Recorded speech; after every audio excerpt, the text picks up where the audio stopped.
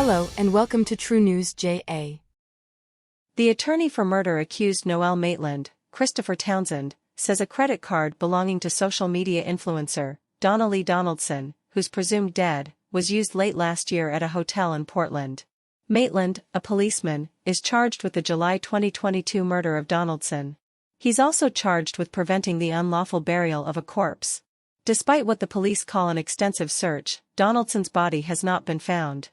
Maitland appeared via Zoom in the Home Circuit Court in downtown Kingston for a case management hearing on Wednesday. His attorney, Christopher Townsend, alluded to the possibility of Donaldson being alive. He told the court, quote, "The credit card of the potential deceased was used by a woman at a particular hotel in the parish of Portland, and therefore the defense is requesting footage from the hotel," end quote. Presiding Judge Justice Vinette Graham Allen ordered the prosecution to secure the footage and make it available to the defense. The prosecution has until July 1 to comply with the order. Meanwhile, Maitland's trial by a jury of his peers is set to start on April 7, 2025. It's estimated that the trial will last 8 weeks. Maitland will appear remotely in court on January 14, 2025 for a trial readiness hearing. The prosecution's case against Maitland is based on circumstantial evidence. The police believe Donaldson was murdered on Tuesday, July 12, 2022. The investigators theorize that she was killed sometime between 4 p.m. and 8 p.m. Donaldson was reported missing to the police on Wednesday, July 13, 2022. Maitland, who is Donaldson's ex-boyfriend, was reportedly the last person to see her alive at his apartment in Kingston. He was arrested on July 27, 2022. In October 2022, Donaldson's mother, Sophia Lugg, told our news team that her main concern was to find her daughter's body. It's hard for me. Yes, I know. I have no doubt that justice is going to be served. But what really have me feeling this sad, the fact that I still have no closure where my daughter is, That's my main concern right now. In February last year, Deputy Commissioner of Police in charge of the crime portfolio, Fitz Bailey, told our news center that Donaldson's body was likely destroyed. Are you entertaining the possibility, DCP, that the body may have been destroyed? Yeah, obviously it would have. I don't think. I think it has been destroyed. I mean, whether it has been disposed of somehow, we don't know. A man is in custody and a firearm has been seized in relation to an incident last Tuesday in St. Andrew, where a policeman was disarmed and shot with his own gun.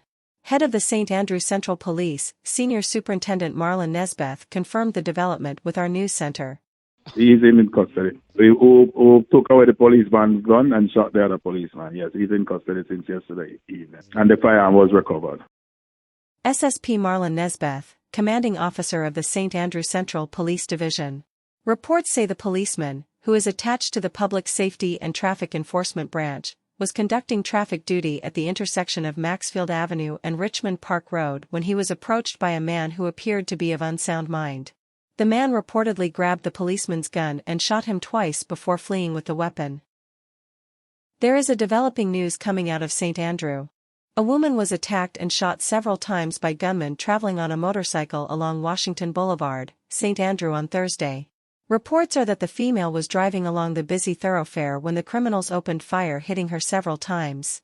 Reports are that a policeman, who was traveling in the line of traffic, saw what was happening and challenged the criminals by firing at them. The thugs fled from the area. The woman was rushed to hospital. More information to come as the story develops.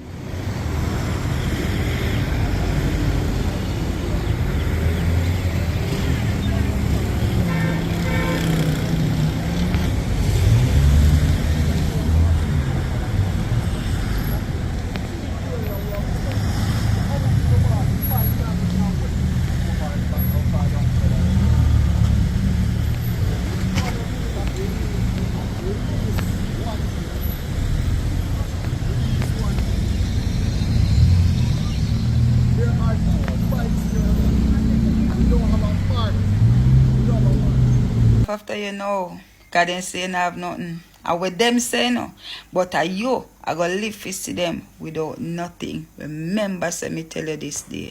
This morning here at 133 Barry Street, we had discussions with some of the rights holders, owner of the specific brands, and as a result, we did we did some workup, and it led us here where we found a large quantity of counterfeit Crocs, mainly Crocs, and mostly Crocs.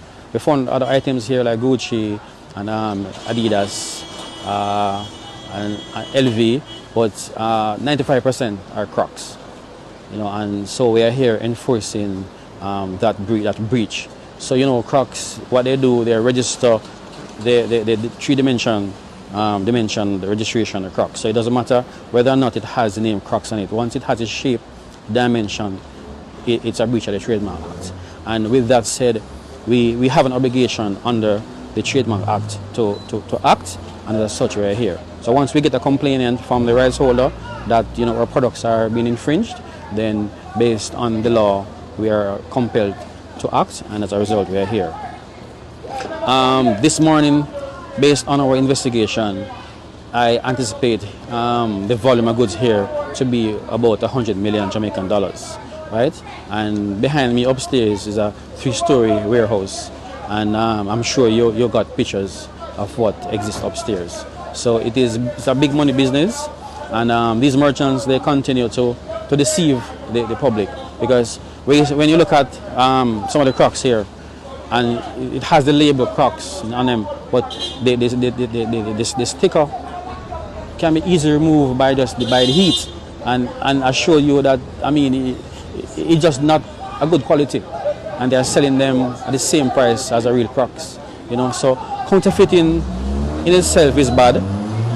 It's a multi-billion-dollar industry, and whilst it is a global problem, it is also a national problem, where we have a lot of merchants indulging in counterfeit activity.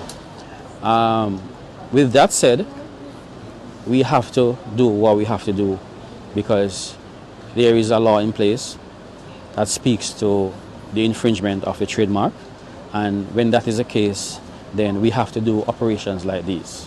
Why can't you save your money and buy a proper Crocs? Because you might buy a Crocs, and within the year you replace the Crocs 3 times, when you could use that money and buy a proper Crocs that lasts you for a long time. So that by itself is a cop-out. It's an easy way of looking at the issue at hand. Jamaica is a brand culture, and we like to wear brand, right? And as a result, these merchants, they understand that Jamaicans like brands, and they just put the brands in the public space, and people just buy the brand at all costs, and it is bad. We also discover that with emerging technology, with cyberspace, with trading online, that persons are using now cryptocurrency and Bitcoin to pay for goods, right? And that by itself is kind of difficult to track. Law enforcement officials all over the world find investigating cryptocurrency more difficult than traditional crimes, but nonetheless, we in Jamaica, we're equipped, we have the expertise, and we are here to do what is necessary to protect brand Jamaica and to protect our country.